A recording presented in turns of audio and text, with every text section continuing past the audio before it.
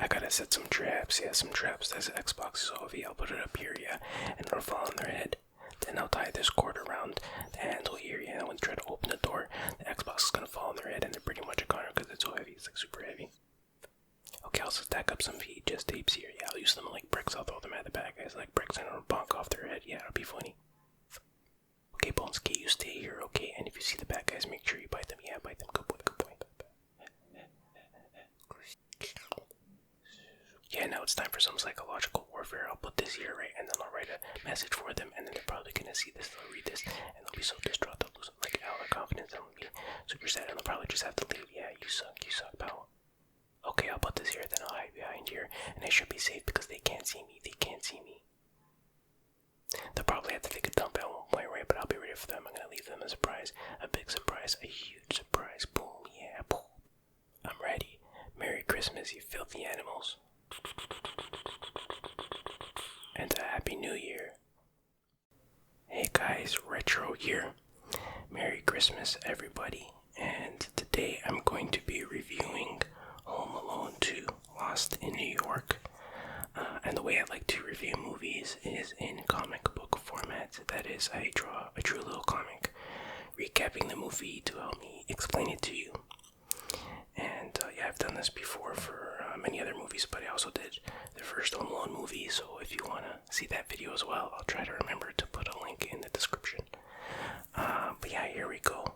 I call this series, by the way, Retro at the Movies. And you can see it is for Home Alone 2, Lost in New York. Hope you can see that well. So yeah, we have ASMR Retro Comics on the side here, and there's a face of one of the characters in the movie, played by Tim Curry. I think he's my favorite character in the movie. And this is issue number 7, December 2023. And if you're wondering, I misnumbered the last issue that I did. I put issue 5. It should have been issue 6. This is definitely issue 7. And for the cover, I did Lady Liberty here, Statue of Liberty. Doing the Kevin face scream thing. I'm talking about from the first movie. I actually got the idea from, I just basically copied the one of the original posters for the movie. They basically did that, which I thought was pretty cool. I never actually see that before, but it says as seen on YouTube.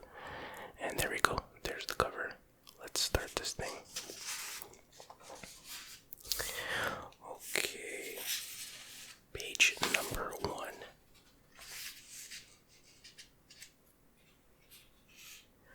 Okay, so here we have the title screen, Home Alone 2, Lost in New York, and it's similar to the first movie. You see the house, like a drawn version of the house, and it sort of zooms back or whatever, but you see that there's like the cityscape beside it, so it's updated for this movie. Makes sense. And then the movie starts off pretty similar to the last one in the sense that it's Christmas, or almost Christmas, and the family's going on vacation, and there's so much chaos in the house because there's like 72 people in this family. So Kevin is in his parents' bedroom on the bed, and he's playing with this device here called Talk Boy, and I'm assuming it's a real product, and they're heavily promoting it, but it's like some small recorder device that can do pitch shifting and all that stuff, so that comes into play into the movie, of course. And he's watching TV and some game show, and at one part they're like, guests of the show stay at the Plaza Hotel in New York, so there's the hotel there. And the mom here is packing up a suitcase, and this thing here is a clown inflatable pool thing. So she's like, oh, I think his grandma or something gave it to him as a gift, so he can use it in the pool. Oh, I should mention, so they're going on vacation to Miami, Florida in this one, so that's why they're packing up. And she's like, oh, you can use it in the pool in Florida. And Kevin doesn't seem too thrilled about that. And he's like, why do we have to go to Florida? There's no Christmas trees there. And the mom's like, Kevin, what is it with you and Christmas trees? And he's like, it's just not Christmas without it. And she's like, oh, you can decorate a palm tree or something like that. And then, then the dad comes in and he's looking for batteries or the charger for his batteries or something like that. And he unplugs the charger or whatever. But then he also accidentally unplugs the alarm clock. And so obviously he unplugs it and he plugs it back in. And so it's reset. So that explains how they eventually will be late for for the airport once again. And it's kind of stupid because usually before you go to bed, especially if you're about to go on vacation the next day, you check your alarm clock like 50 times. And then you have to check it.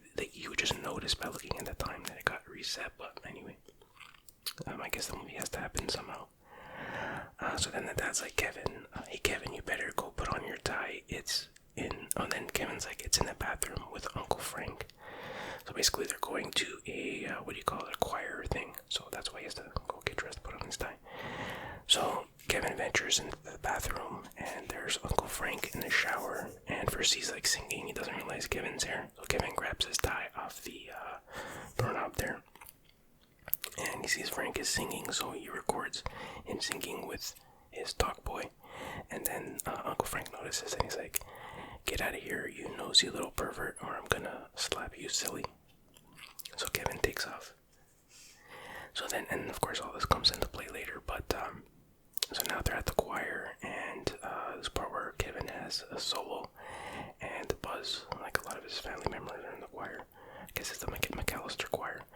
But Buzz, his older brother, is behind him, and he has these two electronic candles, and he holds it behind Kevin's ears because he has big ears. And then he starts pretending he's playing the drums on his head with the candles.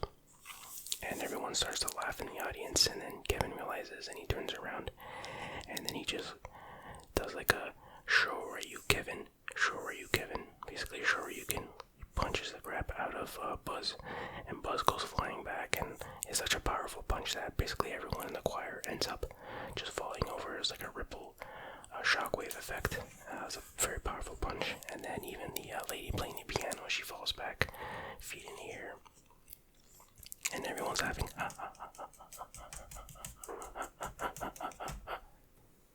So now back at the McCallister home, Buzz, the family's gathered around, and Buzz is like, ladies and gentlemen of the jury, I apologize. So basically he apologizes for his part in the catastrophe. And then he turns to Kevin, because now it's Kevin's turn to apologize, and he sort of whispers to him, beat that, you little trout sniffer. So yeah, this totally sets Kevin off, and he's like, I hate you, and he starts yelling at his family, kind of like their first one, and he's about to storm off, and then the Uncle Frank, he's like, you better not wreck my trip, your dad's paying good money for this. And Kevin's like, wouldn't want to spoil your fun, Mr. Cheapskate. I love that line. Uncle Frank totally deserved that one. But then, and he storms off, and then Buzz is like, what a troubled young man. Thought that was pretty funny. So yeah, and then he goes up to the attic, to sleep in the attic, like the first one, and then the mom comes up, and they get into an argument. He's like, I hate you, I hope you die and burn in a fire and die slow death. Okay, he didn't go that far, but he is basically like, yeah, get out of here, I never want to see you again, kind of thing. And then it shows a newspaper blows in the wind, and you can see the front page of the Chicago Sun-Times. It says, Wet Bandits escape during prison riot. And there you see the Wet Bandits. So that's Harry and Marv are in the first movie. They managed to escape, of course. Anyway, so the next morning, the parents wake up and they realize they slept in. Like, we did it again. So then there's another mad rush scene where they have to rush to the airport. And similar to the first one, there's a funny moment before they leave. They're in those van taxi thingies, and all of a sudden the mom's like, where's Kevin? He's like, I'm right here, Mom. And he's like in the front seat, so I know they did that well. But anyway, okay, so now in the airport, there you have the McCallister clan, the McCallister brood, and Kevin kind of falls behind a little bit, and he sees another guy who just happens to look exactly like his dad, while wearing the same clothes. And then he's like, hey Dad, wait up. So that's how he gets get separated.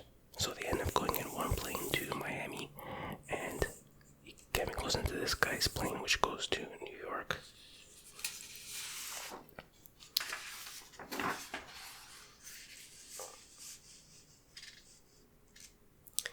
Okay, so now this is at the airport in Florida. And you see the entire McCallister clan, McCallister gang, the M gang. But it was actually much more people than this. I just didn't want to draw them all or have the room for them all. But anyways, there's the mom, and so the dad is like getting the luggage off of that thing, and he's like, okay, this is Kevin, give this to Kevin. She's like, give this to Kevin, give this to Kevin, give this to Kevin, give this to Kevin. And finally it gets to Fuller, the young one, and he's actually, I believe he's Macaulay's real brother in real life. But anyways, he's gonna hand it off, but there's nobody left, but he sees like an old couple over here, and they're just kind of staring at him. And I suspect, I'm not sure in real life, that that's Macaulay Culkin's real grandparents. I could be wrong, they kind of look similar, but anyways. So then Fuller's like, okay, Kevin's not here, Kevin, like passing the luggage back. Kevin's not here, and then the mom gets it, and she's like, Kevin's not here. And then she does like a little chuckle, and then she realizes, and then she's like, Kevin, and then she faints, I think. That was pretty well done. I like that was good. So now Kevin's in New York, and he realizes that his family's not there. He's in the wrong place, and he's like, and you see the skyline, the cityscape behind him, and he's like, oh no, my family's in Florida, and I'm in New York. And then he's like, and then he realizes he has that freedom, and he does that little devilish grin, and he's like, my family's in Florida, and I'm in New York, with that little eyebrow flickering, whatever you want to call it.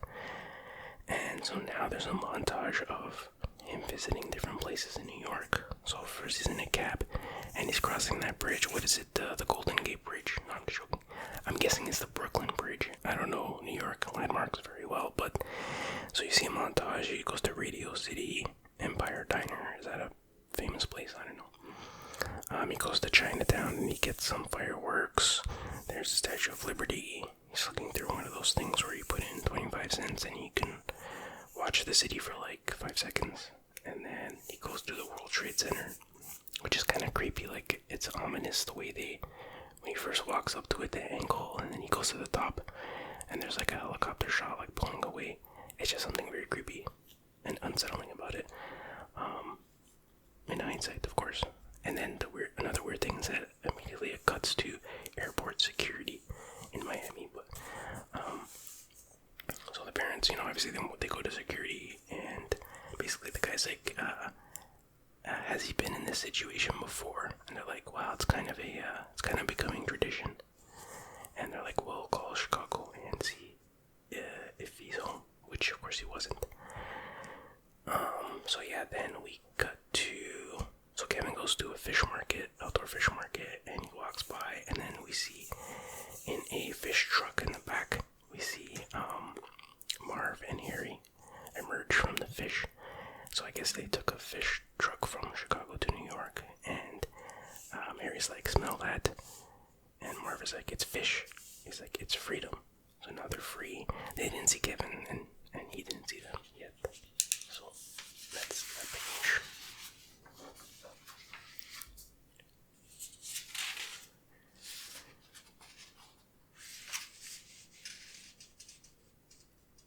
Okay.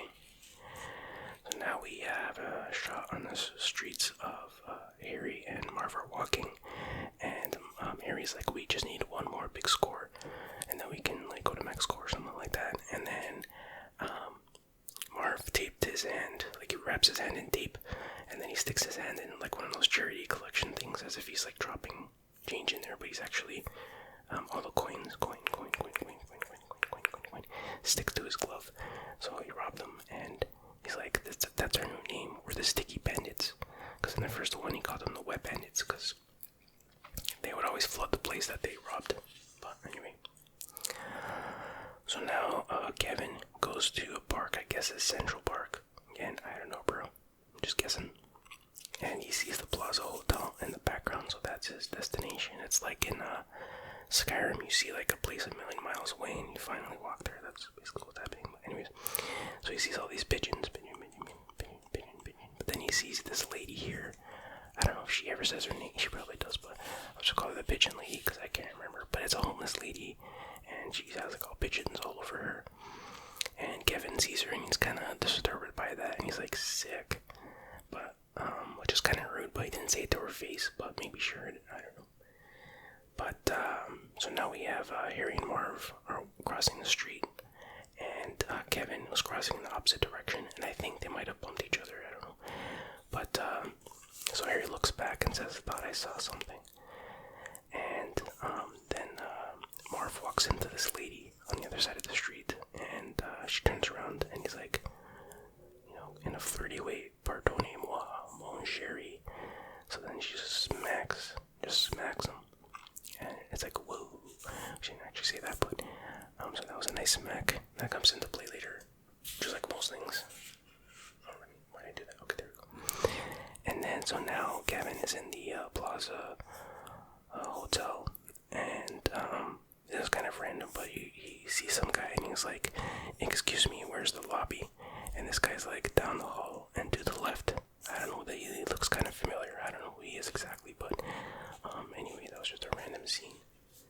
Okay, now Kevin has to check into the hotel, which obviously he can't do as a kid, but he uses his dog boy device to record audio, pretending to be his father, and then he uses the pitch shift function to deepen his voice to sound like an adult, and then he plays it over the phone to the person booking the hotel, and which is kind of ridiculous because he only says a few things, and then he's able to book a hotel. The lady doesn't ask, what kind of suite does he want, how long he's gonna stay, how many beds does he need, or whatever, which is very unrealistic. But anyways, and I always thought he said this in such a funny way. He's like, "This is Peter McCallister, the father." But he's like, and it's been shifted, but he's like, "This is Peter McCallister, the father."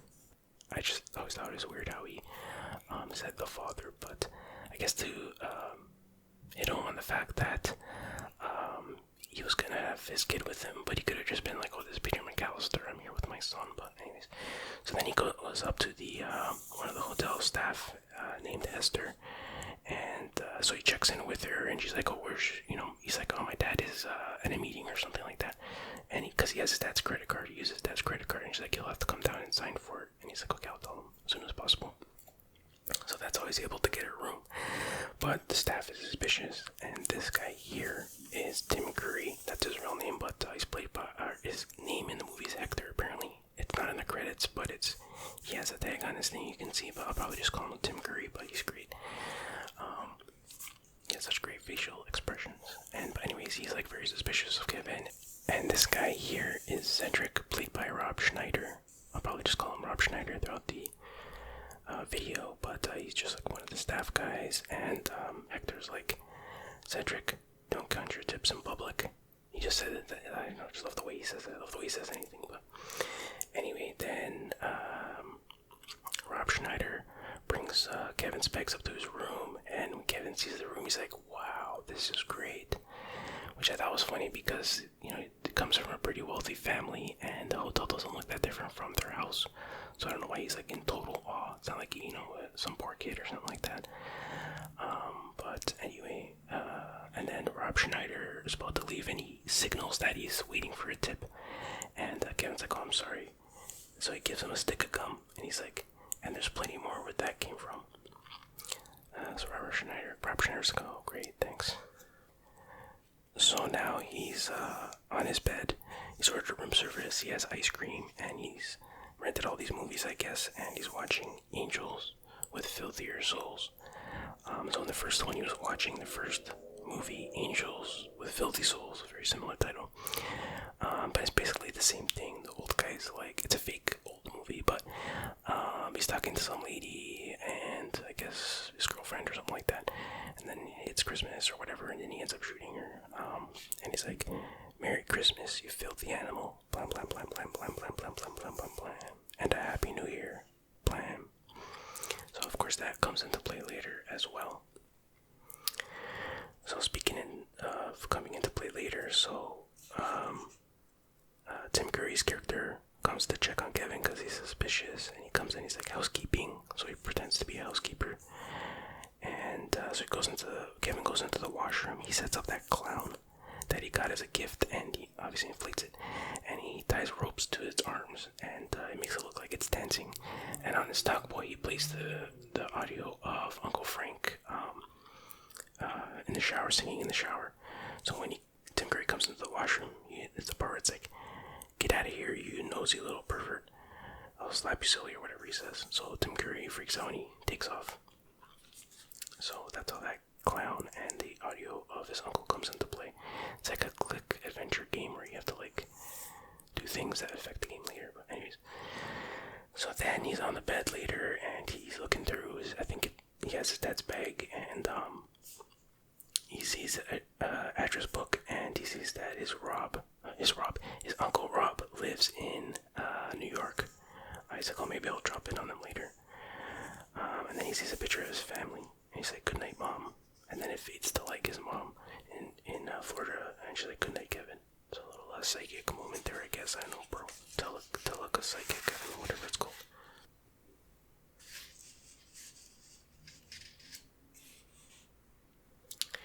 Okay, so now there's another scene where Rob Schneider, I don't know, helps Kevin with something, brings him something, I don't know, bro. And then he's about to leave, and Kevin's like, "Tip." And he's like, "That won't be necessary, sir. I still have some tip left over." He's referring to the gum because he's chewing the gum that he gave him before. And Kevin's like, "No tip, okay." And he sees that Kevin had a wad of cash in his hands. He's like, no. But then Kevin just shut the door in his face. So that was pretty funny.